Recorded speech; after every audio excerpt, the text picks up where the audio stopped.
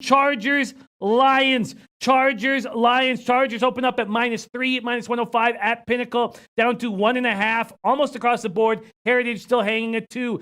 Detroit Chargers totals open at 47. There's still a couple 47s on the board, but mostly 47.5. So my first instinct was the Lions look bad. How could they inspire any confidence? And then we talked more, and Donnie and I talked about it on Tuesday, how the Lions were in complete control. They took their foot off the gas, but they looked very good until they took their foot off the gas. But then they looked bad. I look at these two teams on paper. Chargers have a better coach, football team, offensive line, defense, pass. Everything for me is even without Derwin, I'm checking everything. Every box is ticked under the Chargers. They just beat a far better team in the Colts than who the Lions couldn't get past in the Cardinals. With Derwin James, this is a legit Super Bowl contender, and yet all of the sharps, all of the wise guys are on the Lions, and I find that impossible. But are the sharps going to get me off of the Chargers? Should I just not make a move because the wise guys are on the Lions? Or should I trust myself and back these Chargers? What do the Lions have better than the Chargers? Nothing. Coaching, go all the way down the line, and the Chargers are better than the Lions. It's just that Ford Field. Donnie Rightside, should I pull the trigger on the Chargers? Have you pulled the trigger on this game?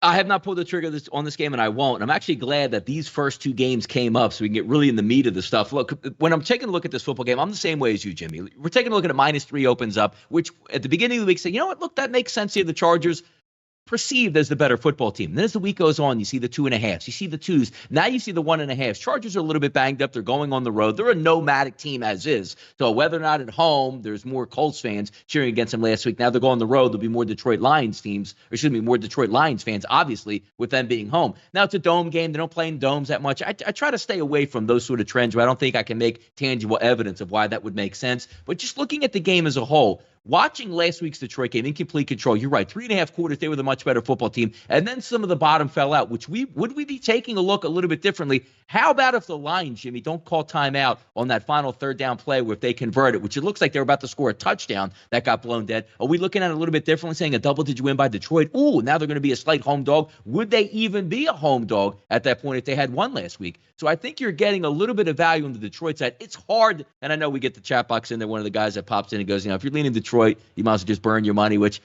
burned your money last week. But the more I look at this line, the more it makes sense for me. But it's just trying to get that psychological advantage out of your home. Are we really taking the Detroit Lions here? Because you're not getting 7 points. You're not getting 3.5 where you can theoretically come into this football game and not win the game and still get the cover. That line tells me Detroit here, but I'm staying far away from this one, Jimmy. I get it. And Joe Yurkovich puts it nicely. I love our guy, Joe Yurkovich, who saved me a ton of money on my futures. Joe Yurkovich says the old drink hole, stay away game of the week. Then we have our Aunt Fam saying under. Says Donnie, you want the under. Says Jimmy, copy and paste this under 47.5. What do you think of this total, Donnie Rightside? Yes, I'm on the same thing. When I take a look at that offense that the Chargers could have out there, look, Austin Eckler can get off the wide. They got some good wide receivers, a little bit banged up at this point. But I always called the Chargers offense with Philip Rivers death by 1,000 cuts because he throws that shot put 5 to 7 yards, a lot of screen passes, a lot of crossing routes across the middle. And when you look at Detroit, not really the most high-flying offense. I like the underlook here. I do. These are the plays that end up haunting you, that just keep you awake at night. If I don't make a move on the Chargers, my friend gave us a final score of 24, LA 24, Detroit 14. That's what his final score. He thinks it's Charger. He doesn't care what the wise guys or the sharps are thinking. He thinks Chargers are much better than the Detroit Lions. Whale Capper, Chargers, Lions. Shed some light.